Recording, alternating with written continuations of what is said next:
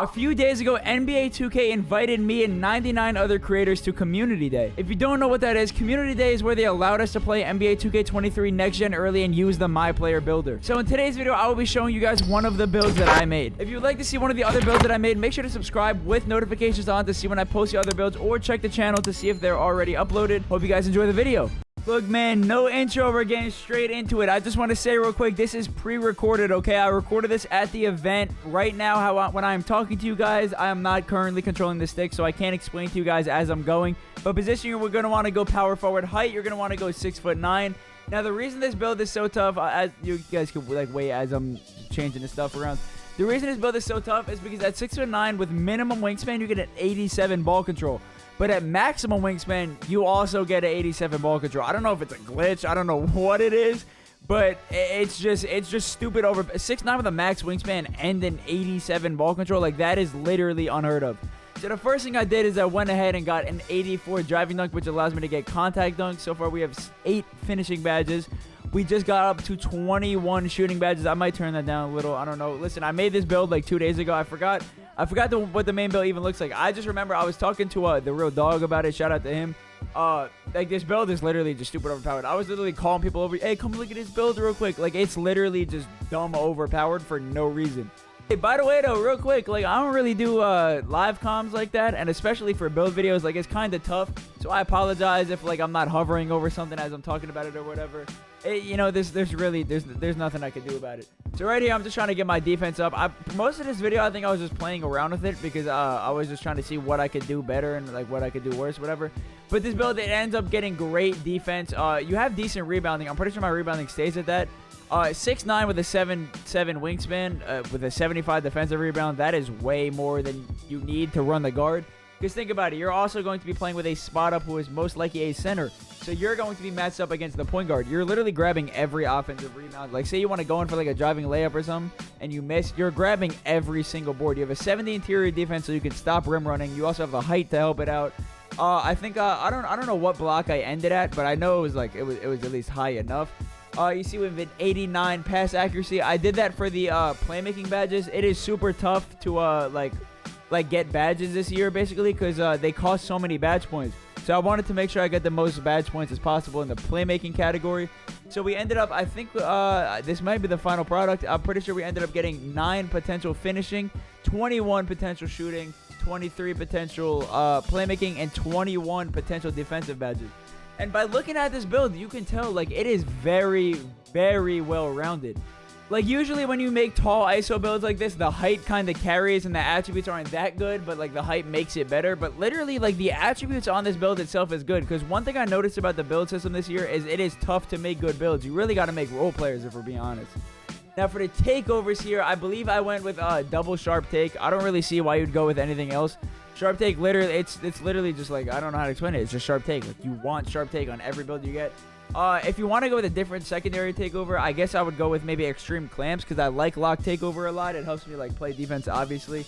It's just a little helper right there. But I went with spot up position and limitless range. That's just for fun. I mean, the takeovers don't really matter. As long as you have sharp take, it's fine. And then as we walk out right here, I remember what it is. We have a tough name for this build. We got Draymond, AK-47, and Keldon Johnson. We got a face-up playmaker, which actually is kind of like a fire name, if you ask me. I don't know. Now, really quick, I will show you guys the badges that I used, but I'm not going to say these are going to be the official badges for the build, just for the fact that at the time I was making this build, I didn't completely understand how the badges work. Now, I'm going to explain to you guys, actually, because, you know, you guys probably don't know how it works either because you didn't play the game. So you see how it says Tier 1 and Tier 2 badges? You need to equip 10 badge points of those to be able to equip a Tier 3 badge. The Tier 3 badges are basically the most important badges. Some of them obviously aren't because it's, you know, 2K chosen for you, but, like, they don't really know what's important and what's not. So, you're gonna need a lot of badge points, and that's why I said earlier that I wanted to get as many playmaking badges as possible. Now, one thing that helps it out, though, because you don't really get that many badges this year, like on your build, is the core badges. You see on the right, it says core badges cost 0 badge points, and then equipped core badges, and it shows them for each category. You can actually click triangle on a badge that you can't afford, and it will equip it for no badge points. It will not cost you anything. At the time I was making this build, I didn't know that because I didn't really go through the badges like that. I ain't gonna lie, listen, we were all of us creators, we were super confused. You guys have no idea. Like, I wish you guys were there. About 30 minutes in, I stood up and I looked around at everybody. I didn't see a smile on anybody's face. Everybody was talking about getting jobs and how, like, it's chalked this year. Like, it was, listen, it was a rough experience, but I figured out the build system, okay? And you're going to see that in my later build videos.